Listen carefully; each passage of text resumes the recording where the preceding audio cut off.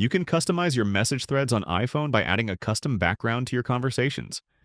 To add a background, tap the name of your recipient on the top of your screen, and then choose Backgrounds.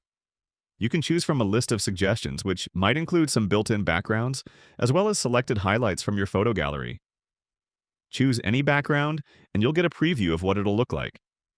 You can also swipe to change the color of your background, and if you're using a photo, you can pinch, zoom, and reframe your photo to your liking.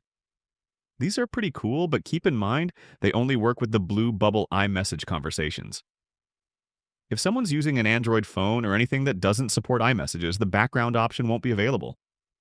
It's also good to remember that when you set a background to a conversation, your recipient will see it as well. So don't use anything that you don't want others to see. And that's message backgrounds on the iPhone. Leave a comment if you have any questions, and check out my iOS playlist for more easy-to-follow quick videos like this. Thanks all, until next time.